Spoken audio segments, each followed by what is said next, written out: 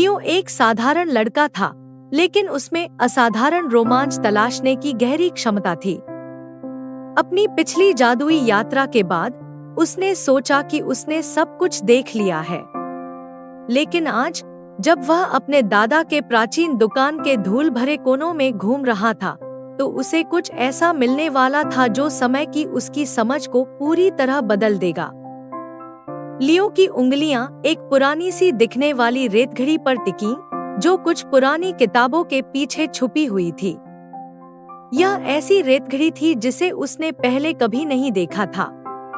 इसके अंदर की रेत बस गिर नहीं रही थी, वह जैसे किसी छोटे तूफान में फंसी हुई लग रही थी। रेतघड़ी खुद एक हल्की नीली रोशनी में चमक रही थी, और धातु के फ्रेम पर जटिल डिजाइन बने हुए थे जो अजीब संकेतों और घड़ियों की तरह दिखते थे। ये यहाँ कैसे आ गई? लियो ने आश्चर्य से कहा जब उसने रेतघड़ी को उठाया। उसी पल उसके चारों ओर का कमरा धुंधला और घूमता हुआ दिखाई दिया। किताबों की अलमारी, लकड़ी का फर्श, पूरी दुकान रंगों के भंवर में घुल गई, और लियो के चौंकने से पहले वह अब अपने दादा की दुकान में नहीं था। घूमना बंद होने पर लियो ने खुद को एक पुराने समय के गांव के बीचों बीच पाया। लोग ट्यूनिक्स और गाउन पहने हुए थे, घोड़ों की खड़खड़ाहट पत्थरों की सड़कों पर सुनाई दे रही थी, और हवा में ताजे बेक हुए ब्रेड की खुशबू फैली हुई थी। लियो ने आश्चर्य में आंखें बड़ी करके देखा। मैं कहाँ हूँ? नहीं, कब हूँ? उसने खुद से धीरे से कहा। जब उसने नीचे देखा तो उसे एहसास हुआ कि रेतघड़ी अभी भी उसके हाथ में है, लेकिन अब वह और भी अधिक चमक रही थी। अचानक एक आवाज उसके पीछे से आई। आपने युगों की रेतघड़ी पाली है। लियो ने मुड़कर देखा कि एक लंबा, बहता हुआ लबादा पहने, नुकीली टोपी और घुटनों तक लंबी दाढ़ी वाले व्यक्ति को देखा। युगों की रेतघड़ी? लियो ने उत्साह और भ्रम के साथ कहा। व्यक्ति ने समझदारी से सिर हिलाया। बिल्कुल, यह एक प्राचीन वस्तु है जो धारक को समय के साथ यात्रा करने की अनुमति देती है। लेकिन सावधान रहो, युवा यात्री, समय एक जटिल चीज है। एक छोटा सा बदलाव और भविष्य हमेशा के लिए बदल सकता है। लियो का मन दौड़ने लगा। यह अविश्वसनीय था। वह किसी भी समय इतिहास के किसी भी स्थान पर जा सकता था, लेकिन व्यक्ति की चेतावनी उसके कानों में गूंज रही थी। मैं सावधानी बरतूंगा, लियो ने वादा किया। व्यक्ति ने लियो को एक छोटा, लिपटा हुआ पर्चा दिया।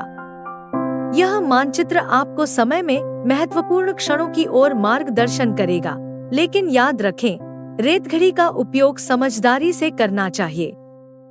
समय की रेत से खिलवाड़ नहीं किया जा सकता। और इसके साथ ही व्यक्ति गायब हो गया, लियो को रेतघड़ी और मानचित्र के साथ अकेला छोड़कर। लियो ने मानचित्र को खोला और देखा कि इस पर कई समय बिंदु अंकित थे। एक प्रागैतिहासिक जंगल, एक प्राचीन मिस्र का पिरामिड, एक वाइकिंग बस्ती, और यहाँ तक कि एक भविष्य का शहर। लियो का दिल उत्साह से धड़क रहा था। यह जीवन का सबसे बड़ा रोमांच होने वाला था। बिना हिचकिचाए लियो ने रेतघड़ी को पलट दिया। रेत फिर से घूमने लगी, तेज और तेज, जब तक लियो समय के एक और भंवर में नहीं फंस गया। जब यह रुका, उसने खुद को एक घने जंगल के किनारे खड़ा पाया। आसपास की आवाजें गर्जना करते हुए डायनासोरों से भरी हुई थी। लियो की आंखें चौड़ी हो गईं जब उसने महसूस किया कि वह डायनासोरों के युग में था। लेकिन कुछ गड़बड़ थी। आकाश काला था और जमीन हिल रही थी। अचानक लियो ने उसे देखा। एक विशाल उल्का पृथ्वी की ओर तेजी से आ रहा था। लियो जानता था कि यह वह घटना थी जो डायनासोरों का अंत करेगी, लेकिन उसे यह भी पता था कि वह हस्तक्षेप नहीं कर सकता। उसने जल्दी से रेतघड़ी को फिर से पलट दिया, और एक फ्लैश में वह फिर से घूमते हुए भंवर में खींच लिया गया। इस बार लियो खुद को प्राचीन मिस्र में एक विशाल पिरामिड के सामने खड़ा पाया। उसने इस जगह की भव्यता और रहस्य को देखा।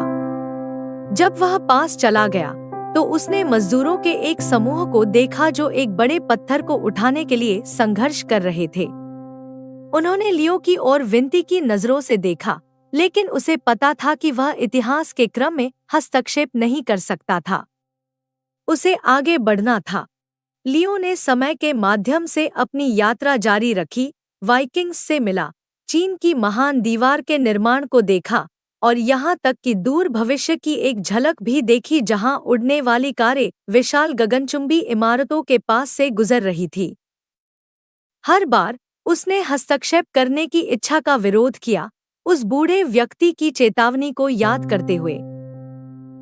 अंततः लियो उस मध्ययुगीन गांव में वापस आ गया जहां से उसकी यात्रा शुरू हुई थी।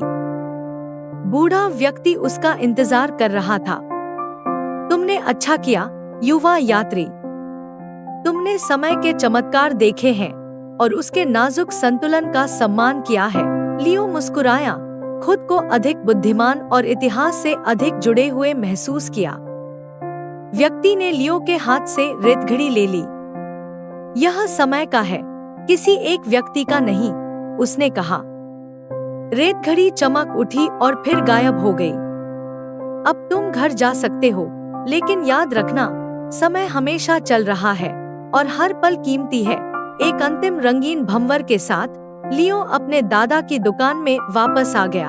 अटारी अभी भी वैसी ही थी जैसी वह छोड़ गया था, लेकिन अब उसे पता था कि दुनिया और खुद समय में कल्पना से परे रहस्य छिपे हुए हैं। और जब वह अटारी से बाहर निकला तो वह सोचने से खुद को रोक नहीं पाया, और कौन से रोमांच उसका इंतजार कर रहे हैं। प्यारे बच्चों, यह थी आज की मजेदार कहानी, और नई कहानियों के लिए चैनल को सब्सक्राइब करना न भूलना। तो मिलते हैं अगली कहानी में। बाय।